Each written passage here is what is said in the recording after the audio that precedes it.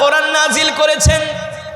সিরাতের কিতাবের মধ্যে আসছে আল্লাহর নবী কোরআনকে কত ভালোবাসতেন, যারা কোরআন পড়ে তাদেরকে আল্লাহর নবী কত ভালোবাসতেন। আল্লাহর নবী একদিন মসজিদে নববীর পাশ দিয়ে হেঁটে যাচ্ছেন, সাথে আল্লাহ রসুলের সাথে সাহাবীদের বিশাল এক জামাত।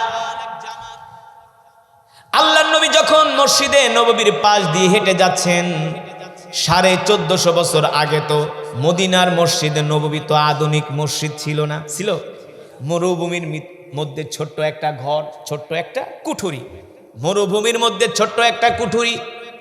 আল্লাহ রসুল মসজিদে নববীর পাশ দিয়ে হেঁটে যাচ্ছেন, সাথে সাহাবীদের বিশাল এক জামাত।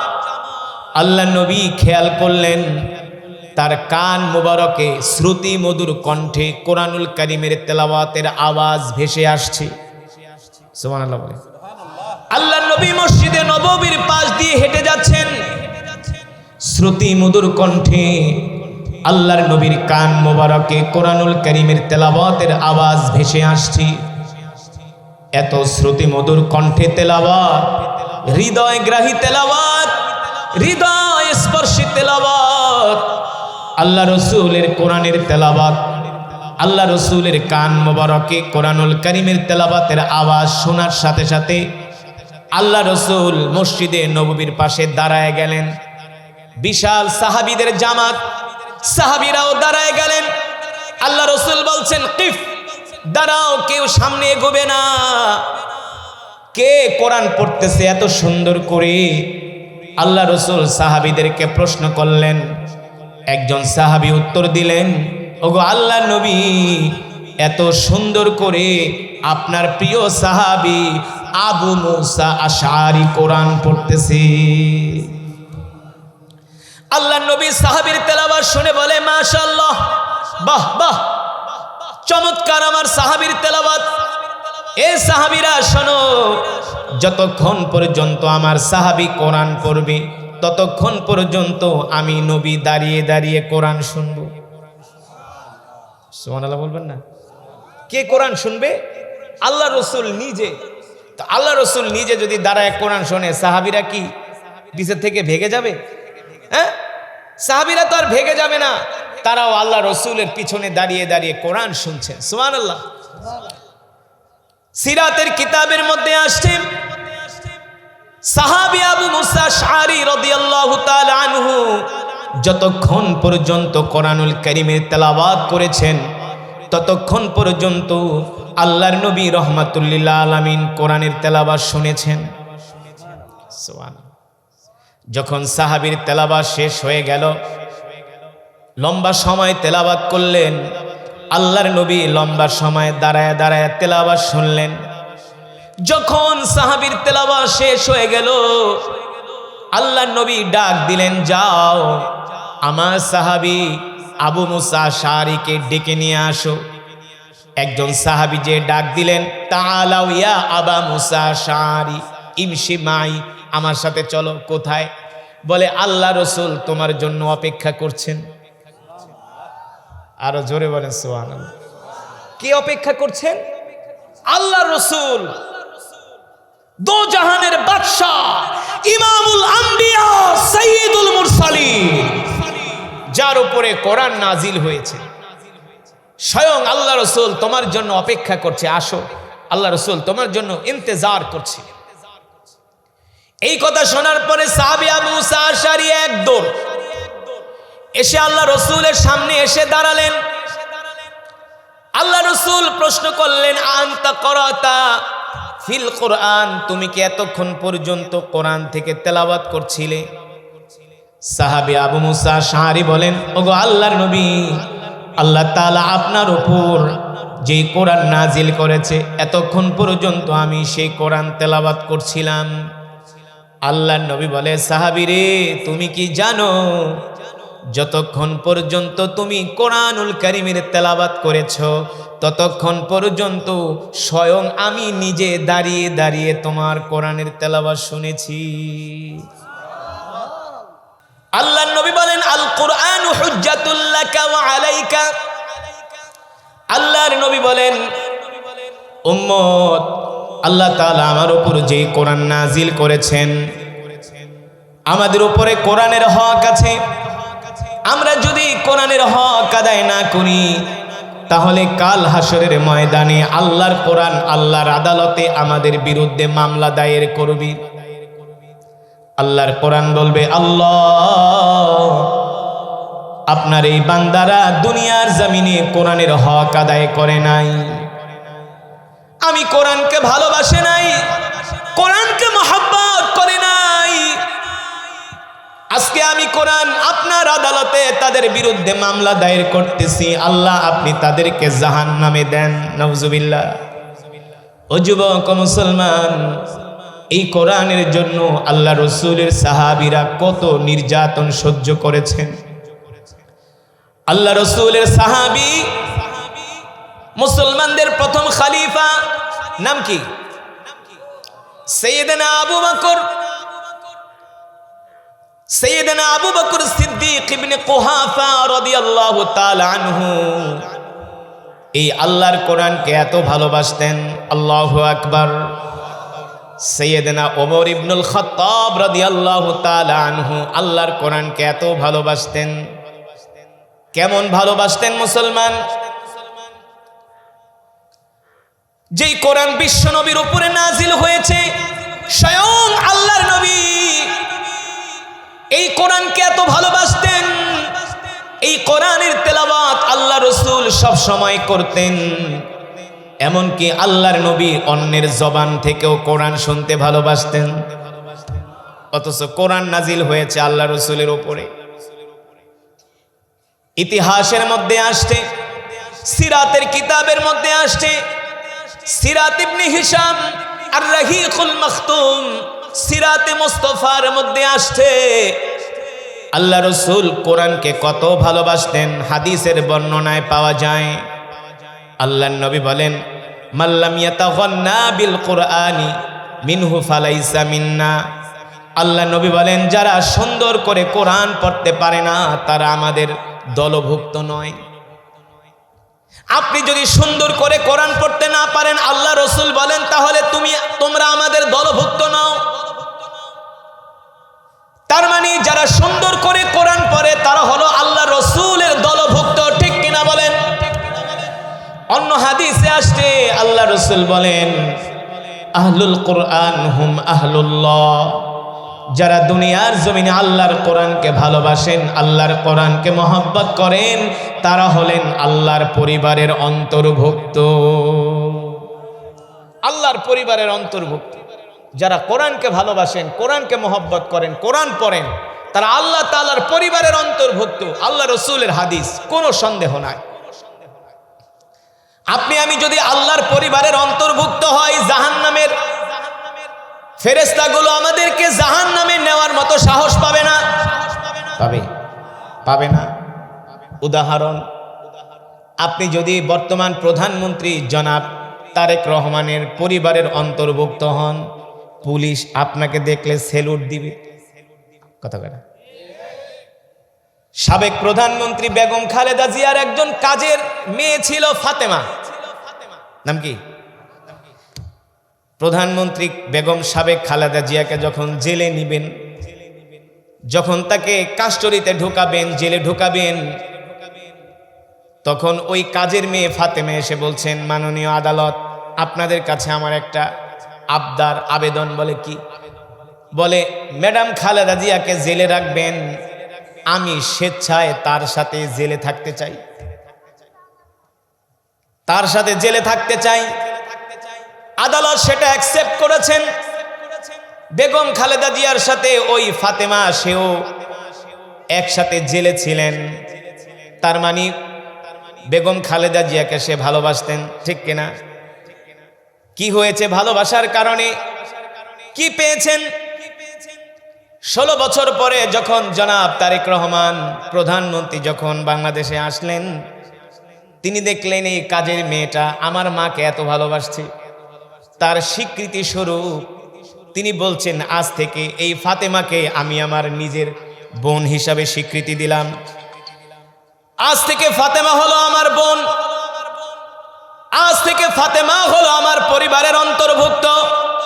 সুতরাং দুনিয়ার মানুষ যদি বড় কোনো লোকের সাথে সম্পর্ক করার জন্য যদি পাগল হয়ে যায়, তার প্রভাব খাটায়া যদি দুনিয়াতে কোনো ফ্যাসিলিটিস পায়, নিশ্চয়ই যারা দুনিয়ার জমিনে আল্লাহর কোরআনকে ভালোবাসবেন, আল্লাহ তাআলা আল্লাহ রসুল বলেন তারা হলো আল্লাহর পরিবারের অন্তর্ভুক্ত। আর দুনিয়াতে যারা আল্লাহর কোরআনকে ভালোবেসে আল্লাহর কোরআনের অন্তর্ভুক্ত, আল্লাহর পরিবারের অন্তর্ভুক্ত হয়ে যাবেন, কাল হাসরের ময়দানে তাদের কোনো চিন্তা নাই। আমার কথা বুঝতে পারছেন তো?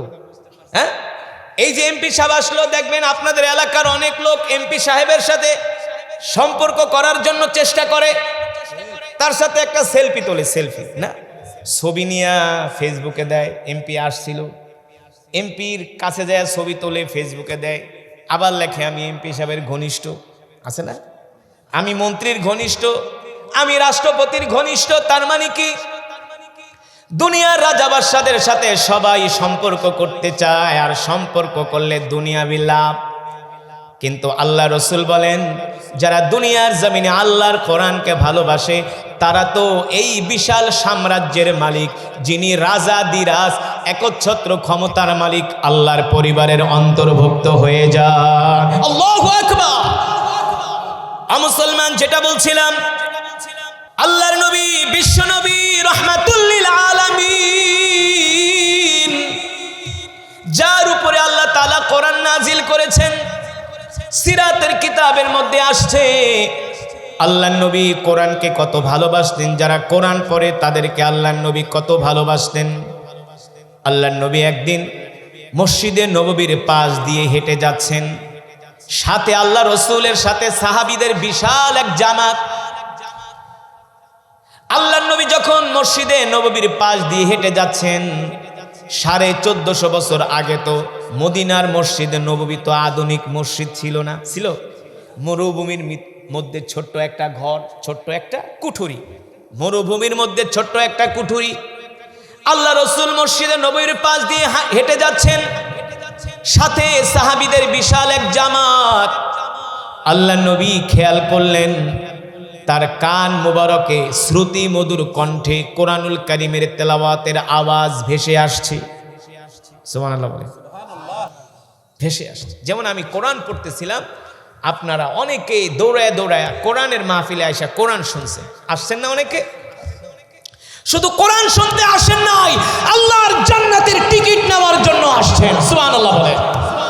কারণ আজকের এই কোরআন তেলাওয়াত যদি আপনি মহব্বতের সাথে যদি আপনি শোনেন, হতে পারে এই কোরআন তেলাওয়াত শোনার উসিলায় আল্লাহ কাল হাসরের ময়দানে এই উসিলায় আপনাকে আমাকে আল্লাহ মাফ করে দিতে পারে, ঠিক কিনা? আল্লাহ দেখে বান্দার আবেগ, কি দেখে? আবেগ। আবেগ যে আমরা আল্লাহ তাআলাকে কতটা ভালোবাসি, কতটা মহব্বত করি, আল্লাহ তাআলার জন্য আমরা কতটা পাগল, এটা আল্লাহ তাআলা দেখেন।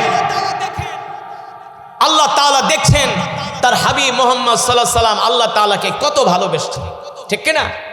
তায়েফের ময়দানে কাফেরদের পাথরের অত্যাচার, পাথর খেয়েছেন, আল্লাহ রসুল দ্বীনের দাওয়াত থেকে এক চুল পরিমাণ দূরে সরে আসে না। আল্লাহ তাআলা আল্লাহ রসুলের কষ্ট দেখা বলছেন, ওগো হাবিব, আপনি যদি বলেন আমি আল্লাহ আপনাকে আপনার জন্য উহুদ পাহাড়টাকে স্বর্ণে পরিণত করে দিব। আল্লাহ রসুল আল্লাহ তাআলার কাছে দুনিয়ার কোনো কিছু চান নাই, শুধু চেয়েছেন আল্লাহর সন্তুষ্টি। কার সন্তুষ্টি? আল্লাহ তাআলার সন্তুষ্টি। যেটা বলছিলাম, আল্লাহর বান্দারা, আল্লাহ নবী মসজিদে নববীর পাশ দিয়ে হেঁটে যাচ্ছেন, শ্রুতি মধুর কণ্ঠে আল্লাহর নবীর কান মোবারকে কোরআনুল কারীমের তেলাওয়াতের আওয়াজ ভেসে আসছে। এত শ্রুতি মধুর কণ্ঠে তেলাওয়াত, হৃদয় গ্রাহী তেলাওয়াত, হৃদয় স্পর্শী তেলাওয়াত, আল্লাহ রসুলের কোরআনের তেলাওয়াত, আল্লাহ রসুলের কান মোবারকে কোরআনুল কারীমের তেলাওয়াতের আওয়াজ শোনার সাথে সাথে আল্লাহ রসুল মসজিদে নববীর পাশে দাঁড়ায় গেলেন। বিশাল সাহাবীদের জামাত, সাহাবীরাও দাঁড়ায় গেলেন। আল্লাহ রসুল বলছেন, কিফ, দাঁড়াও, কেউ সামনে এগোবে না। কে কোরআন পড়তেছে এত সুন্দর করে? আল্লাহ রসুল সাহাবীদেরকে প্রশ্ন করলেন। একজন সাহাবী উত্তর দিলেন, ওগো আল্লাহ নবী, এত সুন্দর করে আপনার প্রিয় সাহাবী আবু মুসা আশআরী কোরআন পড়তেছে। আল্লাহ নবী সাহাবীর তেলাওয়াত শুনে বলে, মাশাআল্লাহ, বাহ বাহ, চমৎকার আমার সাহাবীর তেলাওয়াত। এ সাহাবীরা শোনো, যতক্ষণ পর্যন্ত আমার সাহাবী কোরআন পড়বে ততক্ষণ পর্যন্ত আমি নবী দাঁড়িয়ে দাঁড়িয়ে কোরআন শুনব। সুবহানাল্লাহ বলবেন না? কে কোরআন শুনবে? আল্লাহ রসুল নিজে। তো আল্লাহ রসুল নিজে যদি দাঁড়ায় কোরআন শোনে, সাহাবীরা কি পিছের থেকে ভেগে যাবে? হ্যাঁ, সাহাবীরা তো আর ভেগে যাবে না, তারাও আল্লাহ রসুলের পিছনে দাঁড়িয়ে দাঁড়িয়ে কোরআন শুনছেন। সুবহানাল্লাহ। সিরাতের কিতাবের মধ্যে আসছে, সাহাবী আবু মুসা আশআরী রাদিয়াল্লাহু তাআলা আনহু যতক্ষণ পর্যন্ত কোরআনুল কারীমের তেলাওয়াত করেছেন ততক্ষণ পর্যন্ত আল্লাহর নবী রাহমাতুল লিল আলামিন কোরআনের তেলাওয়াত শুনেছেন। সুবহানাল্লাহ। যখন সাহাবীর তেলাওয়াত শেষ হয়ে গেল, লম্বা সময় তেলাওয়াত করলেন, আল্লাহর নবী লম্বা সময় দাঁড়ায় দাঁড়ায় তেলাওয়াত শুনলেন। যখন সাহাবীর তেলাওয়াত শেষ হয়ে গেল, আল্লাহর নবী ডাক দিলেন, যাও আমার সাহাবী আবু মুসা আশআরীকে ডেকে নিয়ে আসো। একজন সাহাবী যে ডাক দিলেন, তাআলাউ ইয়া আবা মুসা আশআরী ইমশি মাই, আমার সাথে চলো। কোথায়? বলে আল্লাহ রসুল তোমার জন্য অপেক্ষা করছেন। আরো জোরে বলেন সুবহানাল্লাহ। কে অপেক্ষা করছেন? আল্লাহ রসুল, দো জাহানের বাদশাহ, ইমামুল আম্বিয়া, সাইয়্যিদুল মুরসালিন, যার উপরে কোরআন নাজিল হয়েছে, স্বয়ং আল্লাহ রসুল তোমার জন্য অপেক্ষা করছে, আসো। আল্লাহ রসুল তোমার জন্য ইন্তজার করছে। এই কথা শোনার পরে সাহাবী আবু মুসা আশআরী এক দৌড় এসে আল্লাহ রসুলের সামনে এসে দাঁড়ালেন। আল্লাহ রসুল প্রশ্ন করলেন, আনতা করাতা ফিল কোরআন, তুমি কি এতক্ষণ পর্যন্ত কোরআন থেকে তেলাওয়াত করছিলে? সাহাবী আবু মুসা আশআরী বলেন, ওগো আল্লাহর নবী, আল্লাহ তাআলা আপনার উপর যেই কোরআন নাজিল করেছে এতক্ষণ পর্যন্ত আমি সেই কোরআন তেলাওয়াত করছিলাম। আল্লাহর নবী বলে, সাহাবী রে, তুমি কি জানো যতক্ষণ পর্যন্ত তুমি কোরআনুল কারীমের তেলাওয়াত করেছো ততক্ষণ পর্যন্ত স্বয়ং আমি নিজে দাঁড়িয়ে দাঁড়িয়ে তোমার কোরআনের তেলাওয়াত শুনেছি, তোমার তেলাওয়াত শুনছি। মুসলমান, আপনাদের এলাকায় আজকে একজন কোরআনের কারি আসছে। এখন তো আর আমরা আল্লাহ রসুলকে পাবো না, আল্লাহ রসুল তো নাই, তার তো আফাত হয়ে গেছে। এখন তো সাইয়েদানা আবু বকর নাই, সাইয়েদানা ওমর ইবনুল খাত্তাব নাই, ওসমান ইবনে আফফান নাই, আলী কাররামাল্লাহু ওয়াজহা নাই। এখন তো আপনাদের দায়িত্ব হলো, ইন্নাল উলামা ওয়ারাসাতুল আম্বিয়া, উলামায়ে কেরামের জবানে কোরআন শোনা, কোরআন বুঝা, কোরআন অনুযায়ী আমল করা। শুধু কোরআন অনুযায়ী আমল করা নয়, আল্লাহর জমিনে আল্লাহর কোরআনের রাজ কায়েম করা, আল্লাহর জমিনে আল্লাহর কোরআনের আইন প্রতিষ্ঠা করা, এটা ছিল আমাদের দায়িত্ব। কথা বল। যে কোরআন আমি আপনাদের সামনে পড়লাম, এই কোরআন কোনো সস্তা জিনিস না, এই কোরআন কোনো সস্তা বিষয় না। এই কোরআন আল্লাহর জবানের কালাম।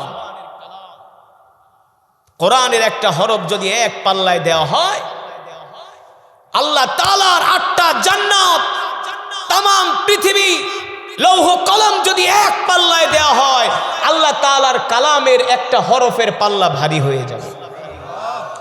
কি মনে করছেন? কি মনে করছেন? এটা আল্লাহর কালাম। আমাদের নবী, বিশ্ব নবী রহমাতুল লিল আলামিনের এত মর্যাদার কারণ কি? কারণ কি? আল্লাহ রাব্বুল আলামিন বিশ্ব নবী রহমাতুল লিল আলামিনের উপরে যে কোরআন নাজিল করেছেন, এই কোরআন আল্লাহর জবানের কালাম। আমার নবীর চাইতে অন্যান্য নবীদের বয়স বেশি ছিল, কথা না বেশি ছিল না? কিন্তু আমার নবী মর্যাদার দিক থেকে সবার উপরে। তিনি হলেন ইমামুল আম্বিয়া সাইয়্যিদুল মুরসালিন, সকল নবীদের সর্দার, ঠিক না? সকল নবীদের সর্দার। তো আমার রসুলের এত মর্যাদার কারণ কি, এত সম্মানের কারণ কি? একমাত্র কারণ হলো আমার রসুলের উপরে কোরআন নাজিল হয়েছে। আমার রসুলের উপরে কোরআন নাজিল হয়েছে, ঠিক কিনা বলেন? শুধু এখানেই শেষ নয়, এই যে রমাদান মাস গেল, এই রমজান মাসের এত সম্মান, এত মর্যাদা, এত ফজিলত হওয়ার কারণ কি? একমাত্র কোরআন, শুধু কোরআন আর কোরআন। আপনাদেরকে কিভাবে বুঝাবো? আপনারা বলেন, আমি যে কোরআন পড়লাম আপনাদের কাছে কেমন লাগছে?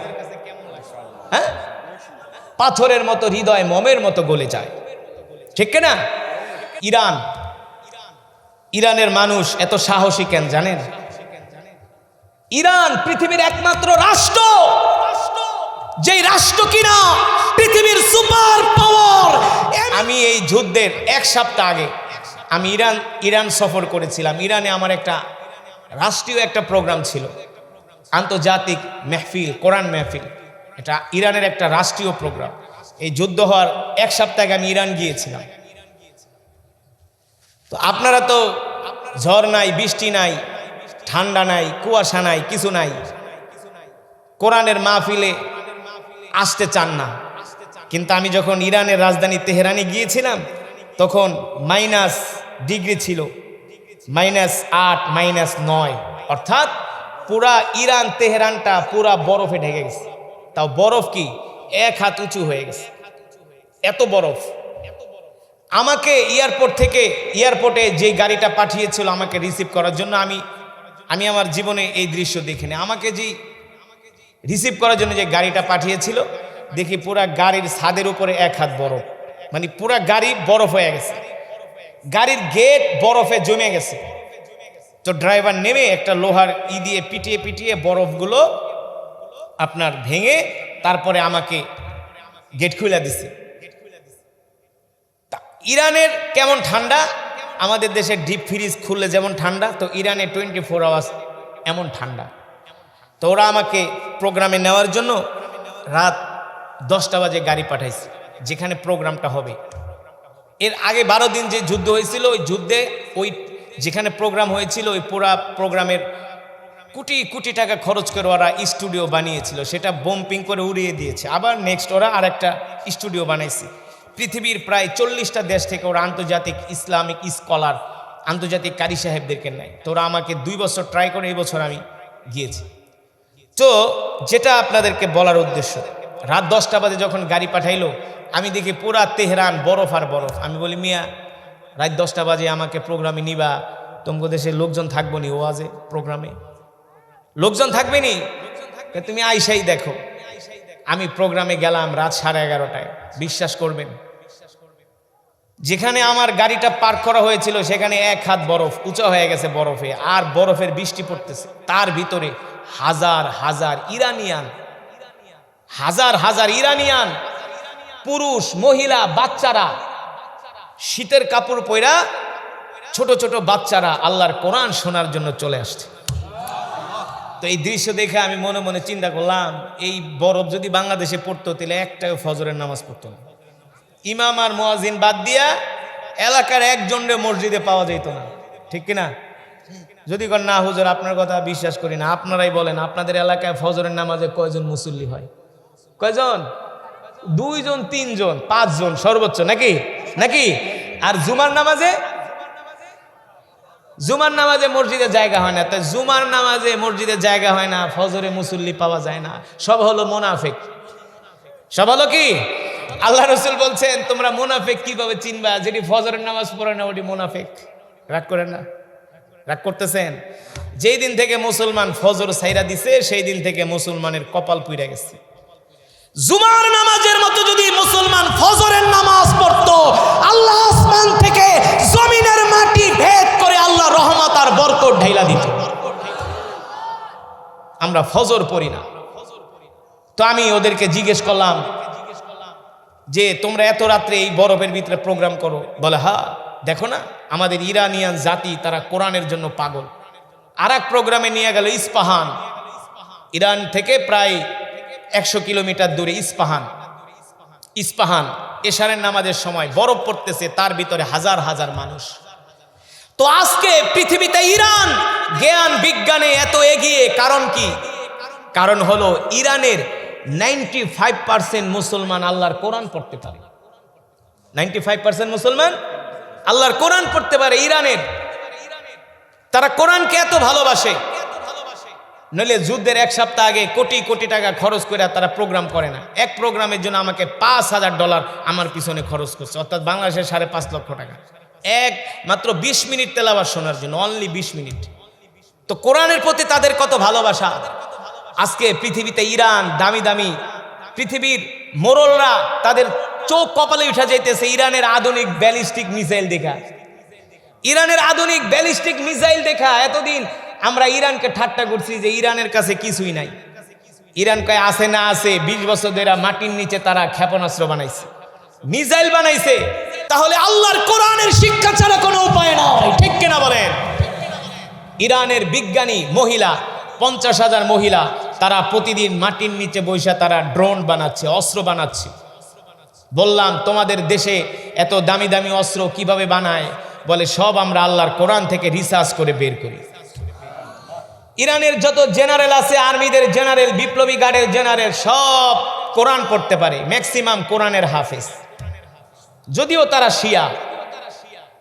কিন্তু পাকিস্তানের পৃথিবীর বিখ্যাত আলেম, পাকিস্তানের প্রধান বিচারপতি ছিলেন চিফ জাস্টিস আল্লামা তাকি উসমানী দামাত বারকাতুহুম।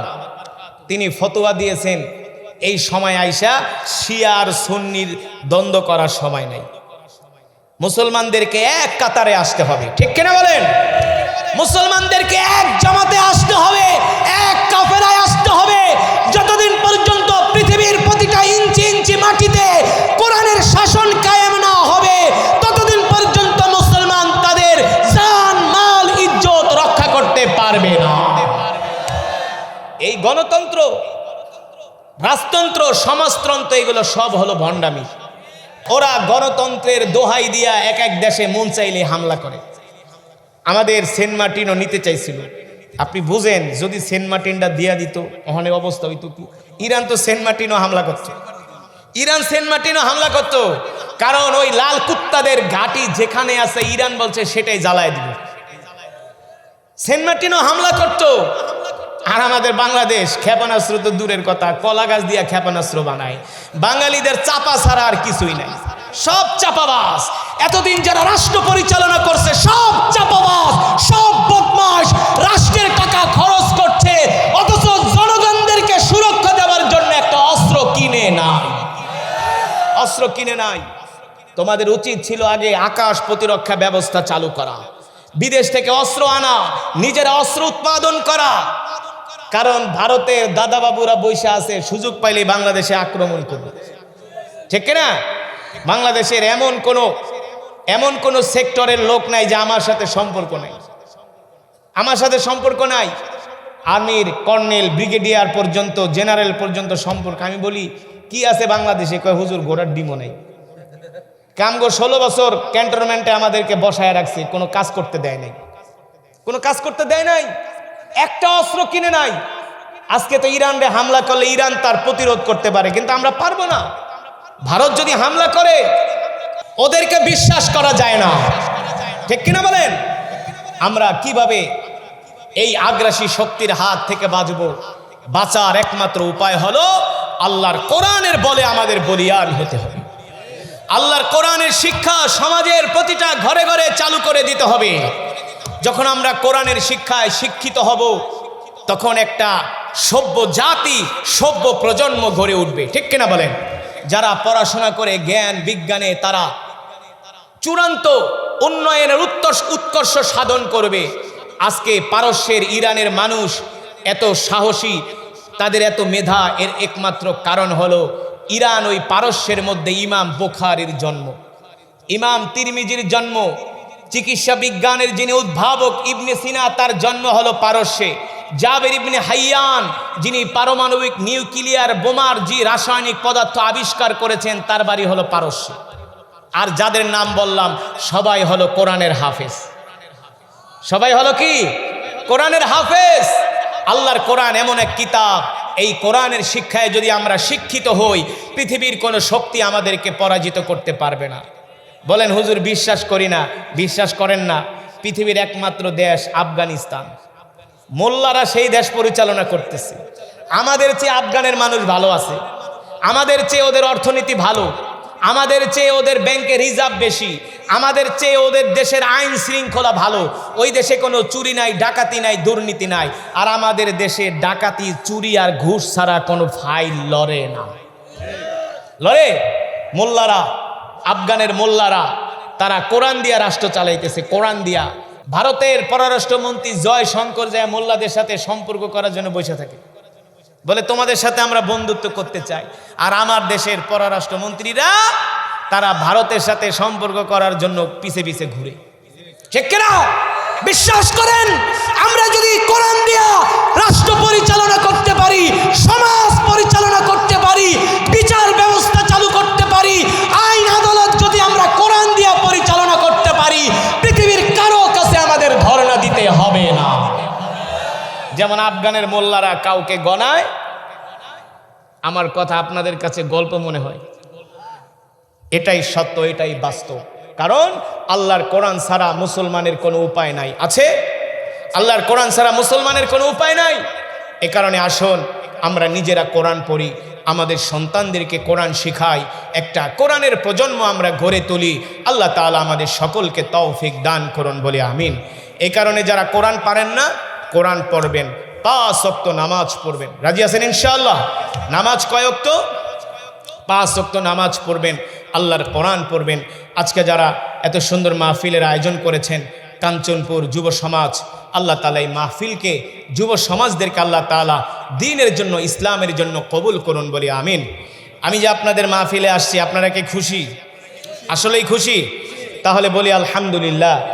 এই মাহফিলটা যাতে আগামী বছর আরও সুন্দর করে হয়, যেহেতু ২য় বার্ষিক মাহফিল, এই মাহফিল ২য় বার্ষিক হবে না। গতকালকে আমি যে প্রোগ্রামে ছিলাম, 63তম মাহফিল। এমনও মাহফিল আছে আমি 100 বছর, 70-80 বছর পর্যন্ত মাহফিল হয়, সেই মাহফিলের আমি প্রধান অতিথি থাকি। তো আপনাদের কাছে আরজ, এই মাহফিল 1-2 বছর 3 বছর নয়, এই মাহফিল যুগের পর যুগ, প্রজন্মের পর প্রজন্ম চলবে ইনশাল্লাহ। এই মাহফিলের একদিন শতবার্ষিকী পালিত হবে, ঠিক কিনা বলেন?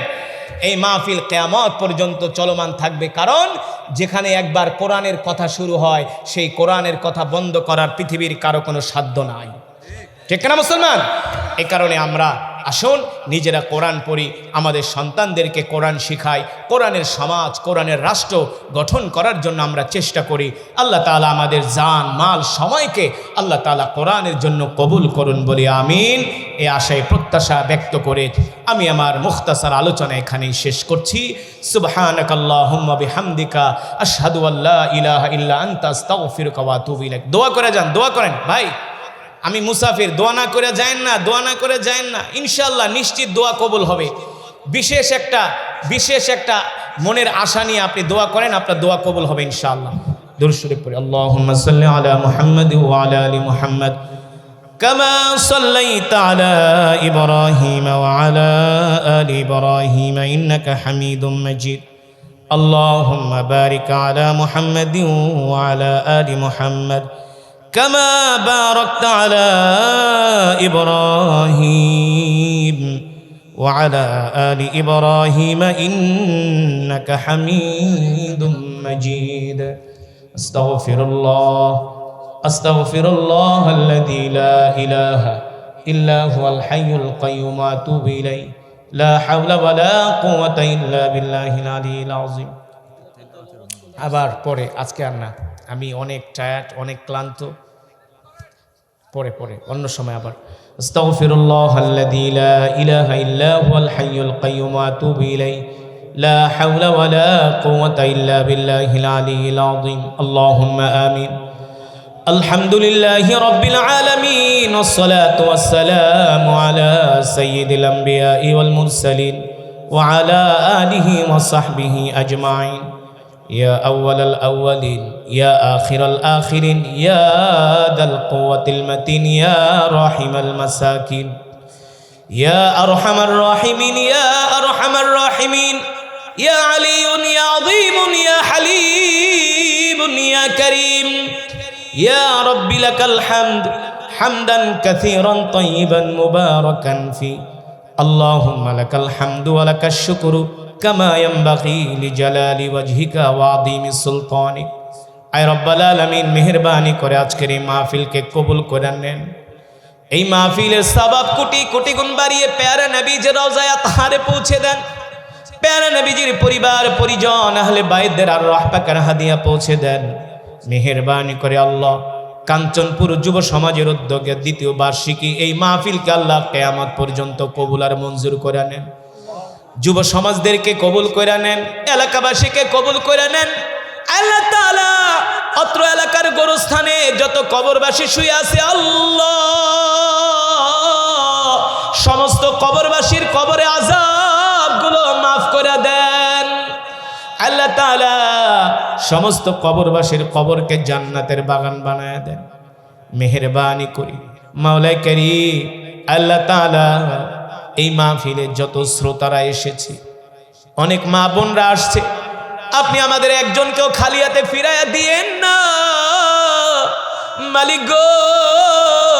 আপনি আমাদের তাম জিন্দেগির গুনাহগুলো মাফ করে দেন, জাহান্নামের আগুন হারাম করে দেন, একটা জান্নাতুল ফেরদাউস আমাদের জন্য ওয়াজিব করে দেন মালিক গো।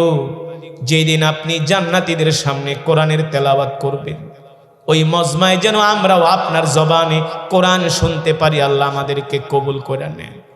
আল্লাহ তাআলা আমাদেরকে জান্নাতি হিসাবে কবুল করে নেন। এলাকার প্রতিটা ঘরের মধ্যে রহমত বরকত নাজিল করে দেন। এই মাহফিলে যারা 1 টাকা থেকে 1000 টাকা দিয়েছেন, মেহনত করেছেন, শ্রম দিয়েছেন, এলাকার যুব সমাজ মাহফিলের আয়োজন করছেন, সকলের শ্রম মেহনতকে আল্লাহ তাআলা আপনি আপনার সন্তুষ্টির বিনিময়ে কবুল করে নেন। আল্লাহ তাআলা অনেক মা বোনেরা হাত উঠিয়েছে, আল্লাহ মা বোনদেরকে মাফ করে দেন। মাবুদ মাওলা গো, যে যেই নেক উদ্দেশ্যে হাত উঠিয়েছেন সকলের মনের নেক আশাগুলো পূর্ণ করে দেন। আল্লাহ তাআলা আপনার বান্দারা আবার কোরআন শুনতে চেয়েছে, কোরআন তাদের হৃদয়ে স্পর্শ করেছে। যেই হৃদয়গুলো কোরআনকে ভালোবাসে ওই হৃদয়গুলোকে আল্লাহ আপনি জাহান্নামের আগুনে দিয়েন না। যেই মানুষগুলা কোরআনকে ভালোবাসে ওই বান্দাগুলোকে আল্লাহ আপনি জাহান্নামের আগুনে পোড়াবেন না। আল্লাহ আপনি আমাদের জন্য জাহান্নামের আগুন হারাম করে দেন, একটা জান্নাতুল ফেরদাউস আমাদের জন্য ওয়াজিব করে দেন। মাবুদ মাওলা গো, মেহেরবানি করে আল্লাহ আয় মাওলাই কারীম, বিগত একটি মাস মাহে রমাদানে আমরা যেই রোজা রেখেছি, তারাবি পড়েছি, সাহরি ইফতার দান সাদাকা করেছি, আপনি আমাদের সমস্ত মাসের রমাদানের ইবাদতগুলোকে কবুল করে নেন। বাকি 11 মাস যেন ওইভাবে আমরা ইবাদত করতে পারি, আল্লাহ আমাদের তৌফিক দিয়ে দেন। রব্বানা আতিনা ফিদ দুনিয়া হাসানা ওয়া ফিল আখিরাতি হাসানাতাও ওয়া কিনা আযাবান নার। মাবুদ মাওলা গো, আপনার কাছে ফরিয়াদ, এই দুনিয়া ছেড়ে আমাদের একদিন চলে যেতে হবে আল্লাহ। মৃত্যু তো দিবেন, এই মৃত্যুটা আল্লাহ আমাদেরকে জিহাদের ময়দানে দিয়েন, মদিনার মাটিতে মৃত্যু দিয়েন, কোরআন তেলাওয়াত অবস্থায় মৃত্যু দিয়েন, সিজদা অবস্থায় মৃত্যু দিয়েন। আল্লাহ তাআলা রমাদান মাসে শুক্রবারে জুমার দিনে মৃত্যু দিয়েন। নাফরমান বেঈমান বানায়া কবরে ডাক দিয়েন না, জান্নাতি বানায়া কবরে ডাক দিয়েন। রব্বানা হাব লানা মিন আজওয়াজিনা ওয়া যুররিয়াতিনা কুররাতা আয়ুনি ওয়াজআলনা লিল মুত্তাকিনা ইমামা। মাবুদ মাওলা গো, আপনি আমাদের জান মাল আপনার কুদরতি হাতে সুপর্দ করলাম। আল্লাহ আপনি আমাদের জান মাল পরিবারের জিম্মাদারি হয়ে যান। জালেমের জুলুম, শত্রুর শত্রুতামি থেকে আল্লাহ আমাদেরকে হেফাজত করেন। আল্লাহ তাআলা কাফের মুশরিক বেঈমানরা মুসলমানের সাথে যুদ্ধ লাগায় দেওয়ার ষড়যন্ত্র করতেছে, আল্লাহ আপনি মুসলমানদেরকে রক্ষা করেন। সুবহান রাব্বিকা রব্বিল ইজ্জাতি আম্মা ইয়াসিফুন ওয়া সালামুন আলাল মুরসালিন ওয়ালহামদুলিল্লাহি রাব্বিল আলামিন। আল্লাহ